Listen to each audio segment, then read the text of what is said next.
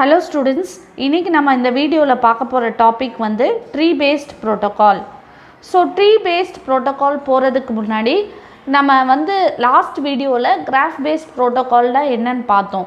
இப்போ அந்த graph based protocolல இருந்து நம்ம tree based protocolக்கு ஜம்ப் பண்றோம்னு சொல்லி பார்க்கலாம். ஃபர்ஸ்ட் அதுக்கு நம்ம கிராஃப்னா என்னன்னு தெரியணும். அதுக்கப்புறம் தான் நம்ம ட்ரீனா என்னன்னு போயிட்டு அதுக்கப்புறம் நம்ம வந்து டிஸ்கஸ் பண்ணலாம். ஸோ கிராஃப்னா வந்து என்ன அப்படின்னு சொன்னால் அந்த கிராஃப் டேட்டா ஸ்ட்ரக்சருக்கு நமக்கு லூப்ஸ் இருக்கும். சரியா? இப்போ நம்ம லாஸ்ட் வீடியோவில் கிராஃப் பேஸ்ட் ப்ரோட்டோகாலில் என்ன பார்த்தோம்? ஃபர்ஸ்ட் ஒன் வந்து அது வந்து ஏசைக்ளிக் கிராஃப். ஏசைக்ளிக் கிராஃப்னா it does not form a cycle. அப்போ அது வந்து அதை வந்து நம்ம ட்ரீன்னு சொல்லிக்கலாம். சரியா? ஸோ கிராஃப் வந்து என்னது? Graph data structure has loops. So இங்கே லூப் இருக்கா? லூப் அல்லது சைக்கிள்னு சொல்லிக்கலாம். அதுக்கப்புறம் இங்கே கிராஃப் பொறுத்த வரைக்கும் நமக்கு வந்து எதுவுமே வந்து ஸ்பெசிஃபிக் நோடு இதுதான் ரூட் நோடுன்னு இருக்காது. சரியா? லாஸ்ட் வீடியோவில் நம்ம ஏன் கிராஃப் பேஸ்ட் ப்ரோட்டோகாலில் ஸ்டார்ட் பண்ணோம் அப்படின்னா ட்ரீ பேஸ்ட் ப்ரோட்டோகாலில் வந்து நம்ம ரெஸ்ட்ரிக்ஷன்ஸ் பண்ணுறோம். சரியா?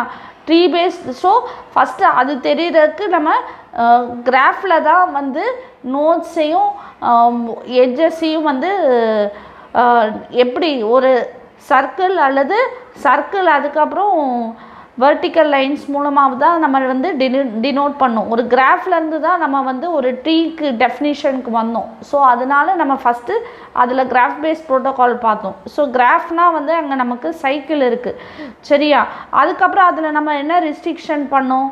ஏசைக்கிள் டைரக்ட் ஏசைக்ளிக் கிராஃப் அப்படின்னு சொன்னோம். ஏசைக்ளிக் கிராஃப் அப்படின்னு சொன்னால் டைரக்டட் ஏசைக்ளிக் கிராஃப் அப்படின்னு சொன்னால் அது வந்து அந்த கிராஃபில் நமக்கு வந்து லூப் வராது, சைக்கிள் வராது. So a graph which does not form a loop or cycle is called a tree. So இங்கே நமக்கு வந்து இது வந்து நம்ம ட்ரீன்னு சொல்லலாம். ஓகேவா?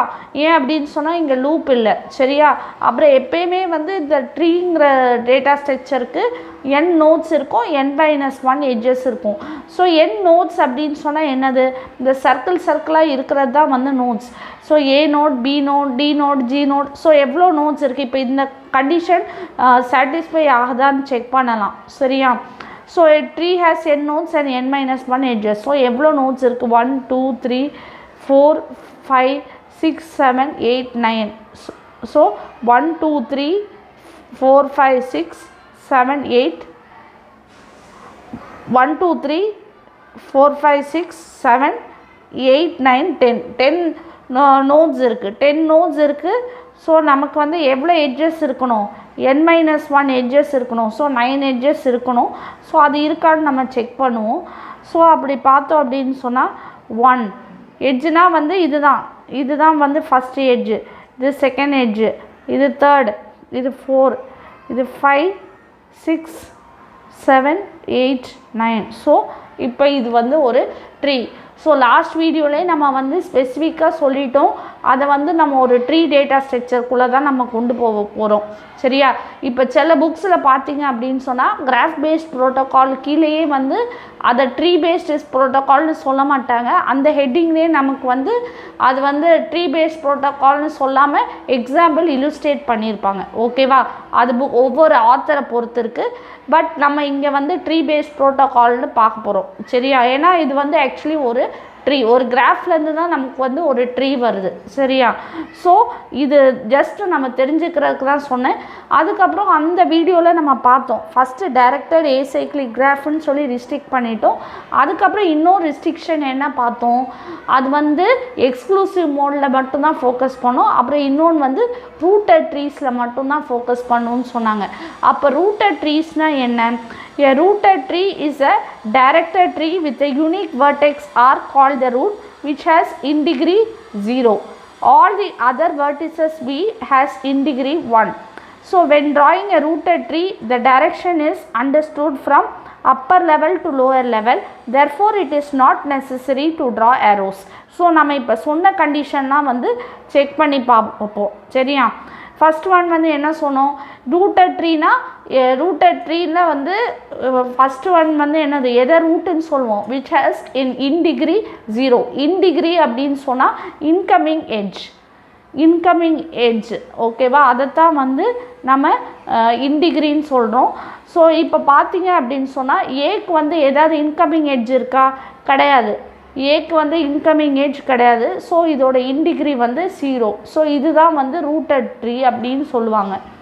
இன்டிகிரி 0 அப்படின்னு சொன்னால் அதுதான் வந்து ரூட்.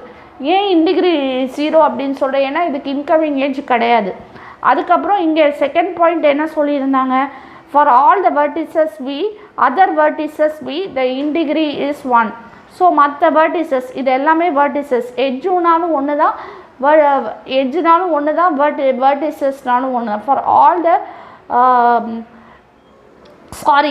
vertices அப்படின்னு சொன்னால் நோடும் verticesஸும் சேம். ஸோ பிசி வந்து ஒரு வெர்டெக்ஸ், பிசி வந்து vertices ரெண்டையும் சேர்த்து சொல்கிறதுனால இண்டிவிஜுவலாக சொன்னோம் அப்படின்னு சொன்னால் பி ஒரு வெர்டெக்ஸ், சி ஒரு வெர்டெக்ஸ், இங்கே லைன் வந்து எட்ஜ். ஸோ இப்போ வந்து பிசியோட இன்டிகிரி எவ்வளோ? பிசியோட இன்டிகிரி எவ்வளோ வருது? பியோட இன்டிகிரி வந்து 1. ஏன்னா ஏலேருந்து பிக்கு மட்டும்தான் வருது, வேறு எங்கே பிக்கு ஒரே ஒரு இது மட்டும்தான் வருது. ஸோ அதோட இன்டிகிரி 1. ஸோ அதே மாதிரி சியோட இன்டிகிரி எவ்வளவு? சியோட இன்டிகிரியும் 1. ஏன்னா ஏலேருந்து சிக்கு மட்டும் ஒரே ஒரு நோடு வருது. இது வந்து சிலேருந்து எஃப்க்கு போகுது. எப்பயுமே வந்து இந்த ரூட்டட் ட்ரீல என்ன கண்டிஷன் அப்படின்னு சொன்னால், the direction when drawing a rooted tree, the direction is understood from the upper level to lower level. அதாவது மேலேருந்து கீழே வரணும், கீழேருந்து மேலே போகக்கூடாது.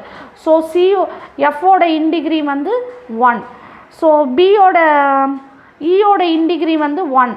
அதே மாதிரி ஹெச்சோட இன்டிகிரி 1, ஜியோட இன்டிகிரி 1. சரியா? ஜியோட இன்டிகிரி 1. ஏன்னா டிலேருந்து ஜி மேலேருந்து கீழே வருது. அதே மாதிரி ஜேவோட இன்டிகிரி வந்து 1. ஸோ எல்லாத்துக்குமே இலேருந்து இயோட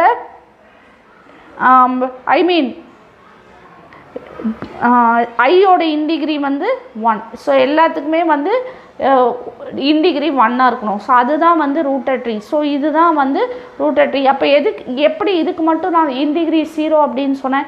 ஏன்னா வந்து மேலேருந்து கீழே தான் நம்ம பார்க்குறோம். ஸோ வந்து ஏக்கு வந்து எதுவுமே இன்கமிங் எட்ஜ் கிடையாது. ஸோ அதனால் 0ன்னு சொல்கிறேன். இன்டிகிரி அப்படின்னு சொன்னால் இன்கமிங் எட்ஜ். ஸோ இதுதான் வந்து ரூட்டட் ட்ரீ. ஸோ நம்ம வந்து இந்த ட்ரீ பேஸ்ட் ப்ரோட்டோக்காலில் ரூட்டட் ட்ரீயை வச்சு தான் ஒரு எக்ஸாம்பிள் பார்க்க போகிறோம். சரியா? ஸோ இதுதான் வந்து ரூல்ஸ். என்னென்ன ரூல்ஸ் ஃபாலோ பண்ணணும்னு சொல்லியிருக்காங்க. First lock by TI maybe on any data item. அதாவது ஃபஸ்ட்டு ஒரு டிரான்சாக்ஷன் T1 வருதுன்னு வச்சுக்கோங்களேன். அது வந்து ஒரு லாக் பண்ணணும் அப்படின்னு சொன்னால் எதையாவது இங்கே இருக்கிற எந்த ஐட்டமையாவது அது லாக் பண்ணிக்கலாம். ஹெச்ஐ லாக் பண்ணலாம், இல்லை பிஏ லாக் பண்ணிக்கலாம். அது தப்பு கிடையாது. அதே மாதிரி subsequently a data item A can be locked by TI only if the parent node of A is currently locked by TI. ஆனால் ஃபஸ்ட்டு என்ன சொன்னேன்? T1 வந்து எந்த நோடை வேணாலும், நோடு அல்லது வெர்டெக்ஸை வேணாலும் வந்து லாக் பண்ணிக்கலாம். பட் அதில் இன்னொரு கண்டிஷன் என்ன அப்படின்னு சொன்னால், சப்போஸ் வந்து எனக்கு வந்து இ தேவைப்படுது, ஈயை லாக் பண்ண போகிறேன் அப்படின்னு சொன்னால் ஈயோட பேரண்ட் யார்? ஈயோட பேரண்ட் வந்து பி. ஓகேவா? ஸோ பியும் வந்து நான் லாக் பண்ணியிருக்கணும். அப்போ தான் நான் வந்து இயை ஆக்சஸ் பண்ண முடியும். சரியா? அதே மாதிரி இப்போ நான் சப்போஸ் எனக்கு ஜி வேணும் அப்படின்னு சொன்னேன்னா ஜியோட பேரண்ட் யார்? டி. ஓகேவா? ஸோ டியை நான் லாக் பண்ணணும். அதுக்கு முன்னாடி நான் பியையும் லாக் பண்ணணும். ஏன்னா டியை லாக் பண்ணுறதுக்கு டியோட பேரண்ட்டை நான் ஃபஸ்ட்டு லாக் பண்ணணும். டியோட பேரண்ட் வந்து பி. ஸோ நான் ஜியை ஆக்சஸ் பண்ணணும் அப்படின்னு சொன்னால் டியவும் லாக் பண்ணணும், பியவும் லாக் பண்ணணும். சரியா? அதுக்கப்புறம் data item maybe unlock any time. But ஆனால் இதில் வந்து என்ன ரெஸ்ட்ரிக்ஷன் இல்லைன்னா வந்து எப்போ வேணாலும் நம்ம வந்து இதை வந்து அன்லாக் பண்ணிக்கலாம். இது நான் வந்து அன்லாக் பண்ணாமல் இப்போ ஜியை நான் அன்லாக் பண்ணுறேன்னு சொன்னால் பி அன்லாக் பண்ணிட்டு தான் இதை பண்ணணும்னு அவசியம் கிடையாது. அன்லாக் நான் எப்போ வேணாலும் பண்ணிக்கலாம். அதை மட்டும் வேணால் நான் ஃபோக்கஸ் பண்ணிக்கலாம். ஓகேவா? அதே மாதிரி இன்னொரு பாயிண்ட் என்னென்னா, data item A has been locked and unlocked by TI cannot subsequently relocked by TI. So once ஒரு transaction T1 வந்து எனக்கு வந்து Gயை வந்து லாக் பண்ண சொல்லிச்சு, திருப்பி வந்து அது லாக் பண்ணுறதுக்கு நம்ம டியும் பியும் லாக் ஆகிருக்கான்னு பார்த்தோம். ஏன்னா பேரண்ட் லாக் ஆனால் தான் வந்து நம்ம சைல்டில் லாக் பண்ண முடியும். பண்ணிவிட்டு அதுக்கப்புறம் என்ன சொன்னோம், ஜியை வந்து நம்ம எப்போ வேணாலும் அன்லாக் பண்ணிக்கலாம், அது தப்பு இல்லை. ஆனால் இப்போ அது டிரான்சாக்ஷன் T1 இந்த ஆப்ரேஷன்ஸ் எல்லாம் பெர்ஃபார்ம் பண்ணிச்சுன்னா திருப்பி கொஞ்ச நேரம் கழித்து T1 வந்து ஜியை அன்லாக் பண்ணி முடிச்சுட்டு கொஞ்ச நேரம் கழித்து எனக்கு ஜியை திருப்பி லாக் பண்ணணும்னு சொன்னால் அது பண்ண முடியாது. அந்த T1க்கு திருப்பி நம்ம அந்த சான்ஸ் கொடுக்கக்கூடாது. அதுதான் வந்து நம்ம சொல்ல வரோம். சரியா? ஸோ இப்போ வந்து நம்ம ஒரு ப்ராப்ளம் வந்து பார்க்கலாம். இப்போ ஃபர்ஸ்ட் ஒன் பை ஒன் பார்க்கலாம். ஸோ இப்போ வந்து இதில் வந்து நம்ம ஃபோக்கஸ் பண்ணுறது வந்து மெயின் ஃபோக்கஸ் என்னது, எக்ஸ்க்ளூசிவ் மோடை தான் ஃபோக்கஸ் பண்ணுறோம். சரியா? ஸோ அதனால் வந்து இங்கே ஷேர்டு மோடு வரவே வராது. இப்போ லாக் எக்ஸ் ஆஃப் பி இதை நான் லாக் பண்ண சொல்லியிருக்காங்க. ஸோ நான் என்ன பண்ணுறேன், இதை லாக் பண்ணிடலாமா? ஃபஸ்ட்டு நான் இதை லாக் பண்ணிடலாமா? ஆமாம், ஃபஸ்ட்டு லாக் வந்து நான் எது வேணாலும் நான் அப்ளை பண்ணிக்கலான்னு சொன்னாங்க இல்லையா, அதுதான் கண்டிஷன்.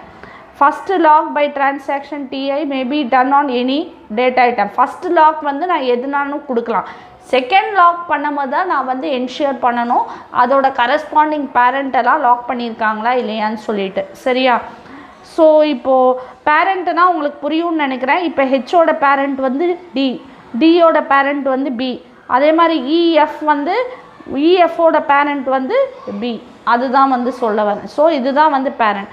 ஸோ ஃபஸ்ட்டு லாக் வந்து நம்ம எதுக்குனாலும் கொடுக்கலாம், அதில் பேரண்ட் லாக் ஆகணும்னு அவசியம் இல்லை. So first lock of X of B இது கொடுத்து லாக் பண்ணிடலாமா? ஆமாம், லாக் பண்ணியாச்சு. இப்போ அடுத்தது லாக் எக்ஸ் ஆஃப் டி இதை லாக் பண்ணலாமா? X of T exclusive mode on T. ஆமாம், ஃபஸ்ட்டு லாக் எதுனாலும் பண்ணியாச்சு. நெக்ஸ்ட்டு என்ன கண்டிஷன் செக் பண்ணியிருக்கணும், டியோட கரஸ்பாண்டிங் பேரண்ட் வந்து லாக் ஆகிருக்கான்னு செக் பண்ணியிருக்கணும். நம்ம ஏற்கனவே பியை லாக் பண்ணியிருக்கனால டியவும் நம்ம லாக் பண்ணிக்கலாம். ஓகே, நெக்ஸ்ட் ஒன் வந்து இயை லாக் பண்ணணும் அப்படின்னு சொல்லி சொன்னாங்க. ஸோ இயை வந்து நம்ம லாக் பண்ணணும்னா அது கரஸ்பாண்டிங் பேரண்ட் லாக் ஆகிருக்கணும். ஸோ இயோட பேரண்ட் யார்? பி லாக் ஆகிருக்கா. அப்போ நம்ம வந்து இயவையும் நம்ம லாக் பண்ணிக்கலாம். ஓகே, அதுக்கப்புறம் அன்லாக் வந்து எனி டைம் நம்ம பண்ணிக்கலாம். இப்போ பியை அன்லாக் பண்ண சொல்லிக்கிறாங்க. ஸோ அன்லாக் பண்ணிடலாமா? பியை அன்லாக் பண்ணிடலாம். அன்லாக் பண்ணும்போது பேரண்ட் லாக் ஆகிருக்கணுங்கிற எந்த கண்டிஷனும் கிடையாது. அன்லாக் எப்போ வேணாலும் பண்ணிக்கலாம். ஸோ பியை நான் அன்லாக் பண்ணிவிட்டேன், அதனால தான் நான் ஒரு இன்ட்டு மார்க் போடுறேன். இப்போ என்ன பண்ணுறேன்னா நான் வந்து இப்போ ஐயை லாக் பண்ண போகிறேன். ஸோ நான் ஃபஸ்ட் ஐயை லாக் பண்ண போகிறதுக்கு இப்போ வந்து ஏற்கனவே லாக் ஆகிருக்கு. ஸோ நான் ஐயை லாக் பண்ணிக்கலாம், தப்பு இல்லை. அடுத்தது அன்லாக் டியை அன்லாக் பண்ணிக்கிறேன். ஓகே, அடுத்தது அன்லாக் ஸோ அன்லாக் இயை அன்லாக் பண்ணிக்கிறேன். Okay, fine. இப்போ அன்லாக் ஐயை வந்து நான் அன்லாக் பண்ணிக்கிறேன். ஸோ எல்லாத்தையும் நான் டிரான்சாக்ஷன் T வந்து இதெல்லாம் ஆக்சஸ் பண்ணி அன்லாக் பண்ணி முடிச்சிச்சு. இதெல்லாமே வந்து டிரான்சாக்ஷன் T1 பண்ணுது. இப்போ திருப்பி கொஞ்ச நேரம் கழிச்சு T1 இதே டேட்டா ஐட்டமை ரெக்வஸ்ட் பண்ணக்கூடாது, ஏன்னா அது லாக் பண்ணி அன்லாக் பண்ணி முடிச்சிருச்சு. நெக்ஸ்ட்டு நமக்கு என்ன இருக்குது, டிரான்சாக்ஷன் T2. ஸோ டிரான்சாக்ஷன் T2வில் லாக் பண்ண முடியுமா? பண்ணலாம், ஏன்னா இது ஃபஸ்ட்டு லாக் பண்ணுது. T2 first lock allowed. So பண்ணலாமா? பண்ணலாம். நெக்ஸ்ட்டு பி கேட்குது, பியை பண்ணலாமா? பி தான் கேட்குது, T2 தான் பியை கேட்குது. ஸோ பியை லாக் பண்ணலாமா? பண்ணலாம். அடுத்தது சியை கேட்குது, சியை லாக் பண்ணலாமா? ஆமாம், சியோட பேரண்ட்டு ஸோ சி அது லாக் ஆகிருக்கு, சியும் பண்ணலாம். அதே மாதிரி பிஏ லாக் பண்ணோம், வந்து ஃபஸ்ட்டு நம்ம லாக் பண்ணிட்டோம், அதனால் பிஏவும் லாக் பண்ணிக்கலாம். அடுத்தது இங்கே லாக் ஆஃப் பின்னு போட்டிருக்கேன், இங்கே வந்து லாக் ஆஃப் பியில் இது ஹெச்ஆர் இருக்குன்னு நினைக்கிறேன். சப்போஸ் இங்கே வந்து நான் இங்கே வந்து லாக் ஆஃப் பி போட்டிருக்கேன், திருப்பி நான் லாக் ஆஃப் பி இல்லை, அது லாக் ஆஃப் ஈன்னு வச்சுக்கோங்க. சரியா? இது வந்து ஏற்கனவே நம்ம லாக் ஆஃப் ஈன்னு வச்சுக்கோங்க. ஸோ இயை லாக் பண்ண முடியுமா? இங்கே பியை லாக் பண்ணனால கண்டிப்பாக நான் இயை லாக் பண்ண முடியும். ஓகே, அப்புறம் ஏவை அன்லாக் பண்ணுறேன். ஸோ நான் இன்ட்டு மார்க் போடுறேன். அப்புறம் நான் டியை திருப்பி லாக் பண்ணுறேன். ஸோ இங்கே வந்து நான் டியை லாக் பண்ண முடியுமா? முடியும், ஏன்னா ஏற்கனவே அதோட பேரண்ட் பி வந்து நான் ஏற்கனவே லாக் பண்ணிட்டேன். ஸோ இதுவும் அலவுடு, டியும் அலவுடு. அன்லாக் பி, இப்போ நான் பியை அன்லாக் பண்ணிக்கிட்டேன். Okay, lock G. இப்போ நான் வந்து டியை லாக் பண்ண முடியுமா? அதுதான் இங்கே லாக் பண்ணியாச்சு, அதனால் நான் திருப்பி ஜியை லாக் பண்ணியிருக்கேன். ஓகே, நெக்ஸ்ட்டு டியை வந்து நான் அன்லாக் பண்ணுறேன். அன்லாக் பண்ணியாச்சு. நெக்ஸ்ட்டு ஜியை அன்லாக் பண்ணியாச்சு. நெக்ஸ்ட்டு சி அன்லாக் பண்ணியாச்சு. ஸோ இந்த டிரான்சாக்ஷனில் வந்து எந்த ப்ராப்ளமும் இல்லை, இது கரெக்டாக ஒர்க் ஆகுது. Okay fine. ஓகே, சப்போஸ் இப்போ வந்து எனக்கு வந்து இன்னொரு சினாரியோ கொடுக்குறேன். எனக்கு வந்து வேறு எதுவுமே லாக் பண்ண வேண்டாம். நான் ஃபஸ்ட்டு லாக் வந்து சிக்கு சொல்லிட்டேன். இப்போ டிரான்சாக்ஷன் T1ஓ T2ஓ எனக்கு சி கேட்குது அப்படின்னு சொன்னால் ஃபஸ்ட்டு லாக் எது கேட்குதோ அதை ஃபஸ்ட்டு லாக் கொடுத்துடலாம். அதுக்கு பேரண்ட் லாக் பண்ணணுன்னு அவசியம் இல்லை. ஸோ சியை நான் இது பண்ணியாச்சு. நெக்ஸ்ட் ஒன் வந்து அதே டிரான்சாக்ஷன் என்ன பண்ணுது, எனக்கு ஜி வேணும்னு கேட்குது. ஸோ ஜி வேணும்னு கேட்கும்போது நான் என்ன பண்ணணும், அது கரஸ்பாண்டிங் பேரண்ட் டி லாக் பண்ணால் தான் நான் ஜியை லாக் பண்ணணும். ஸோ இது வந்து எனக்கு தேவையில்லாமல் ஒரு என்ன சொல்கிறது, அன்னெசரி ஓவர் ஹெட்டை க்ரியேட் பண்ணுது. எனக்கு ஜி மட்டும்தான் வேணும், ஆனால் ஜிங்கிற டேட்டா ஐட்டம் ஆக்சஸ் பண்ணுறதுக்கு நான் பியும் டியையும் வந்து நான் வந்து லாக் பண்ண வேண்டியது இருக்குது. சரியா? ஸோ இந்த வீடியோவில் நம்ம வந்து ட்ரீ பேஸ்ட் ப்ரோட்டோகாலோட ஒரு இல்லுஸ்ட்ரேஷன் பார்த்தோம். ஃபுல் இல்லுஸ்ட்ரேஷன் பார்க்கல, ஒரு பேசிக் கான்செப்ட் யூஸ் பண்ணி அதை எப்படி வந்து நம்ம லாக் பண்ணலாம், அன்லாக் பண்ணலாம், அந்த பார்ஷியல் ஆர்டரிங் யூஸ் பண்ணி நம்ம அந்த கான்செப்டை யூஸ் பண்ணி பார்த்தோம். ஸோ அடுத்த வீடியோவில் நம்ம வந்து இந்த ட்ரீ பேஸ்ட் ப்ரோட்டோகாலோட ப்ராப்பர்ட்டிஸ் என்னென்னு சொல்லி பார்க்கலாம். தேங்க்யூ.